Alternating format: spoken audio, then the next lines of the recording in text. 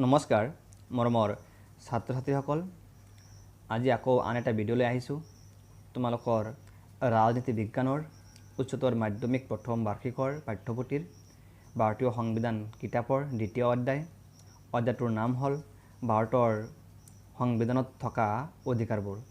এই অধ্যায়টোৰ এটা টপিক লৈছোঁ। টপিকটোৰ নাম হ'ল ফাণ্ডামেণ্টেল ডিউটিজ অফ চিটিজেন্স, অৰ্থাৎ নাগৰিকৰ মৌলিক কৰ্তব্য। এই টপিক সম্পৰ্কে আমি আলোচনা কৰিম। তোমালোকে মনোযোগেৰে শুনিবা আৰু বহীত লিখি ল'বা। ভাৰতবৰ্ষৰ মূল সংবিধানে মৌলিক কৰ্তব্যবোৰ সন্নিৱিষ্ট কৰা নাছিল। সংবিধানৰ 42তম সংশোধনী আইনৰ দ্বাৰা মৌলিক কৰ্তব্যসমূহ ভাৰতীয় সংবিধানত অন্তৰ্ভুক্ত কৰা হয়। সংবিধানৰ 4ৰ্থ অংশৰ 150A নং অনুচ্ছেদত মৌলিক কৰ্তব্যসমূহৰ স্থান দিয়া হৈছে। মৌলিক কৰ্তব্যসমূহে সাংবিধানিক আইন হিচাপে 1976 চনৰ 18 ডিচেম্বৰ তাৰিখে মৰ্যাদা লাভ কৰে। গতিকে এতিয়া প্ৰত্যেকজন ভাৰতীয় নাগৰিকৰ ৰাষ্ট্ৰ আৰু সমাজৰ প্ৰতি কিছুমান মহান কৰ্তব্য আছে, আৰু সেই মৌলিক কৰ্তব্যসমূহ তলত উল্লেখ কৰা হ'ল। 1 নম্বৰ, সংবিধান মানি চলা আৰু জাতীয় পতাকা আৰু ৰাষ্ট্ৰীয় প্ৰতীকৰ প্ৰতি শ্ৰদ্ধা প্ৰদান কৰা। 2 নম্বৰ, স্বাধীনতা আন্দোলনক অনুপ্ৰাণিত কৰা মহান আদৰ্শসমূহ পোষণ আৰু অনুসৰণ কৰা। 3 নম্বৰ, ভাৰতবৰ্ষৰ সাৰ্বভৌমত্ব, ঐক্য আৰু সংহতি ৰক্ষা কৰা। 4 নম্বৰ, দেশখন ৰক্ষা কৰা আৰু যেতিয়াই আহ্বান কৰা হয় তেতিয়াই দেশৰ প্ৰতি সেৱা আগবঢ়োৱা। 5 নম্বৰ, ভাৰতবৰ্ষৰ বিভিন্ন অঞ্চলত বাস কৰা বিভিন্ন ধৰ্ম আৰু ভাষা ভাষী মানুহৰ মাজত ভাতৃভাৱৰ সৃষ্টি কৰা আৰু মহিলাসকলৰ প্ৰতি মৰ্যাদা হানিকৰ আচৰণ ত্যাগ কৰা। 6 নম্বৰ, ভাৰতৰ মূল্যৱান ঐতিহ্যক মূল্য দিয়া আৰু তাক সংৰক্ষণ কৰা। 7 নম্বৰ, বনানী, হ্ৰদ, নদ নদী, বন্য জন্তু আদিকে ধৰি প্ৰাকৃতিক পৰিৱেশ ৰক্ষা কৰা আৰু সকলো জীৱিত প্ৰাণীৰ প্ৰতি দয়া পৰৱশ হোৱা। 8 নম্বৰ, বৈজ্ঞানিক দৃষ্টিভংগীৰ বিকাশ সাধন কৰা, মানৱতাবোধ ভাৱৰ সৃষ্টি কৰা আৰু অনুসন্ধিৎসু তথা সংস্কাৰ মনোভাৱৰ বিকাশ সাধন কৰা।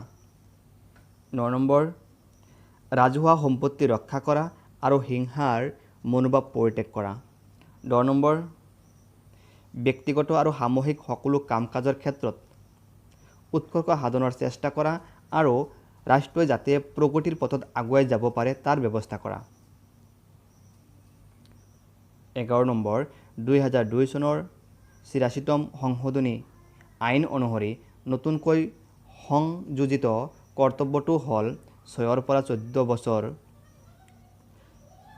বয়সৰ প্ৰত্যেক শিশুক শিক্ষাদানৰ ব্যৱস্থা কৰিব লাগিব। এইটো হ'ল পিতৃ মাতৃ বা অভিভাৱকৰ মৌলিক কৰ্তব্য। এইকেইটা হ'ল নাগৰিকৰ মৌলিক কৰ্তব্য। এতিয়া আমি আন এটা টপিক লৈ আগবাঢ়িছোঁ। টপিকটোৰ নাম হ'ল নিৰ্দেশক নীতি। ভাৰতীয় সংবিধানৰ 4ৰ্থ অংশত ৰাষ্ট্ৰ পৰিচালনাৰ নিৰ্দেশক নীতিবোৰ আলোচনা কৰা হৈছে।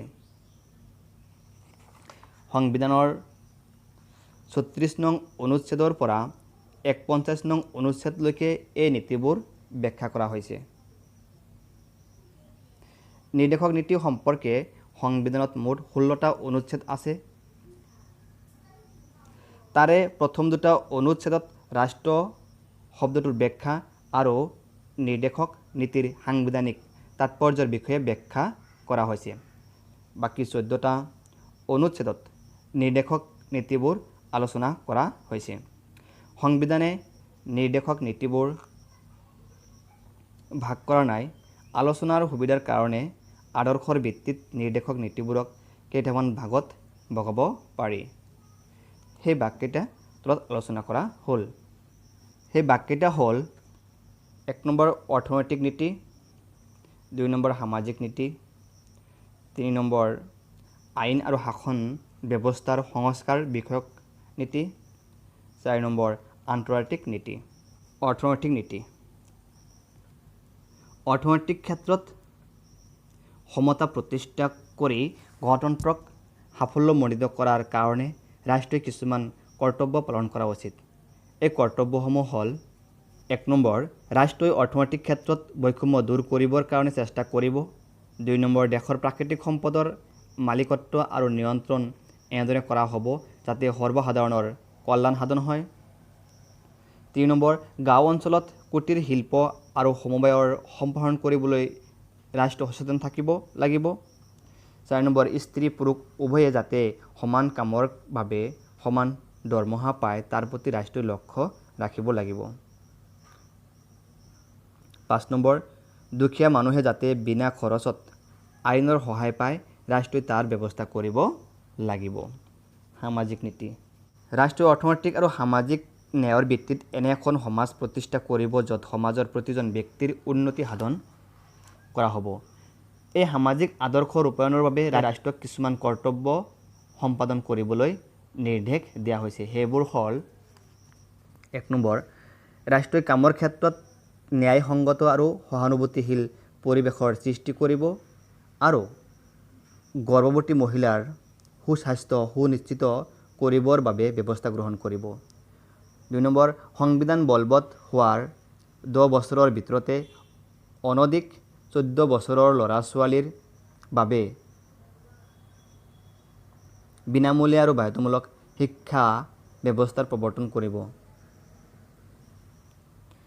3 নম্বৰ ৰাষ্ট্ৰীয় দুৰ্বল আৰু পিছপৰা সম্প্ৰদায়বিলাকৰ বিশেষকৈ অনুসূচিত জাতি আৰু জনজাতিৰ শিক্ষা আৰু অৰ্থনৈতিক স্বাৰ্থৰ উন্নতি সাধন কৰিব আৰু তেওঁলোকক সামাজিক অবিচাৰ আৰু সকলো প্ৰকাৰৰ শোষণৰ হাতৰ পৰা ৰক্ষা কৰিব। 4 নম্বৰ ৰাষ্ট্ৰই জনসাধাৰণৰ খাদ্যৰ পুষ্টিৰ পৰিমাণ আৰু জীৱন ধাৰণৰ মানদণ্ডৰ আৰু জনস্বাস্থ্যৰ উন্নতিৰ বিধান কৰিব। 5 নম্বৰ একমাত্ৰ ঔষধ হিচাপে ব্যৱহাৰ কৰাৰ বাহিৰে অন্য সকলো ক্ষেত্ৰত স্বাস্থ্য হানিকৰ উত্তেজক পানীয় আৰু মাদক দ্ৰব্য ব্যৱহাৰ নিষিদ্ধ কৰিব। 3 নম্বৰ আইন আৰু শাসন ব্যৱস্থাৰ সংস্কাৰ বিষয়ক নীতি। আইন আৰু শাসন ব্যৱস্থাৰ সংস্কাৰমূলক নিৰ্দেশক নীতিবোৰ হ'ল: 1 নম্বৰ আইনৰ দৃষ্টিত সমতাৰ নীতিক বাস্তৱত ৰূপদান কৰিবৰ বাবে গোটেই ভাৰতবৰ্ষত একেধৰণৰ দেৱানী আইন প্ৰৱৰ্তনৰ বাবে ৰাষ্ট্ৰই প্ৰয়োজনীয় ব্যৱস্থা গ্ৰহণ কৰিব। 2 নম্বৰ ৰাষ্ট্ৰই ক্ষমতা পৃথকীকৰণ নীতিৰ ভিত্তিত দেশৰ শাসন কাৰ্য পৰিচালনা কৰিব। ইয়াৰ বাবে শাসন বিভাগৰ পৰা বিচাৰ বিভাগক স্বতন্ত্ৰকৈ ৰখাৰ ব্যৱস্থা গ্ৰহণ কৰা হ'ব। 3 নম্বৰ ৰাষ্ট্ৰই ভাৰতবৰ্ষৰ গাঁও অঞ্চলত পঞ্চায়ত গঠন কৰিব আৰু এইবোৰৰ হাতত এনেকুৱা ক্ষমতা আৰু অধিকাৰ অৰ্পণ কৰিব যাতে এই পঞ্চায়তসমূহে স্বায়ত্তশাসনৰ কেন্দ্ৰ হিচাপে কৰ্তব্য পালন কৰিব পাৰে।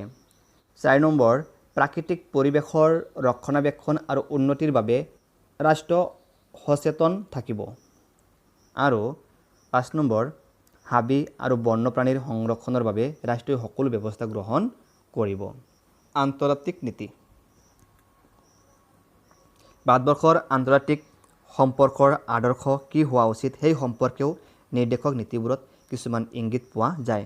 শিক্ষাৰ প্ৰচাৰ, বিজ্ঞান আৰু প্ৰযুক্তিবিদ্যাৰ উন্নতি আদি বিভিন্ন কাৰণত বৰ্তমান যুগৰ ৰাষ্ট্ৰসমূহৰ মাজত আন্তৰ্জাতীয় নিৰ্ভৰশীলতা বাঢ়ি আহিছে। সেয়ে ভাৰতীয় সংবিধান প্ৰণেতাসকলে এই সম্পৰ্কে ৰাষ্ট্ৰক কিছুমান নিৰ্দেশ দিছে। এই নিৰ্দেশসমূহ সংবিধানৰ ৪১ নং অনুচ্ছেদত সন্নিৱিষ্ট কৰা হৈছে। এই নীতিবোৰ হ'ল: ১ নম্বৰ আন্তৰ্জাতিক শান্তি আৰু নিৰাপত্তা বৃদ্ধি কৰা। ২ নম্বৰ জাতিসমূহৰ মাজত ন্যায়সংগত আৰু সন্মানজনক সম্পৰ্ক স্থাপন। ৩ নম্বৰ আন্তৰ্জাতিক আইন সন্ধি আদিৰ প্ৰতি সন্মান প্ৰদৰ্শন। ৪ নম্বৰ মধ্যস্থতাৰ জৰিয়তে আন্তৰ্জাতিক বিবাদ নিষ্পত্তি কৰাত উৎসাহ দিয়া।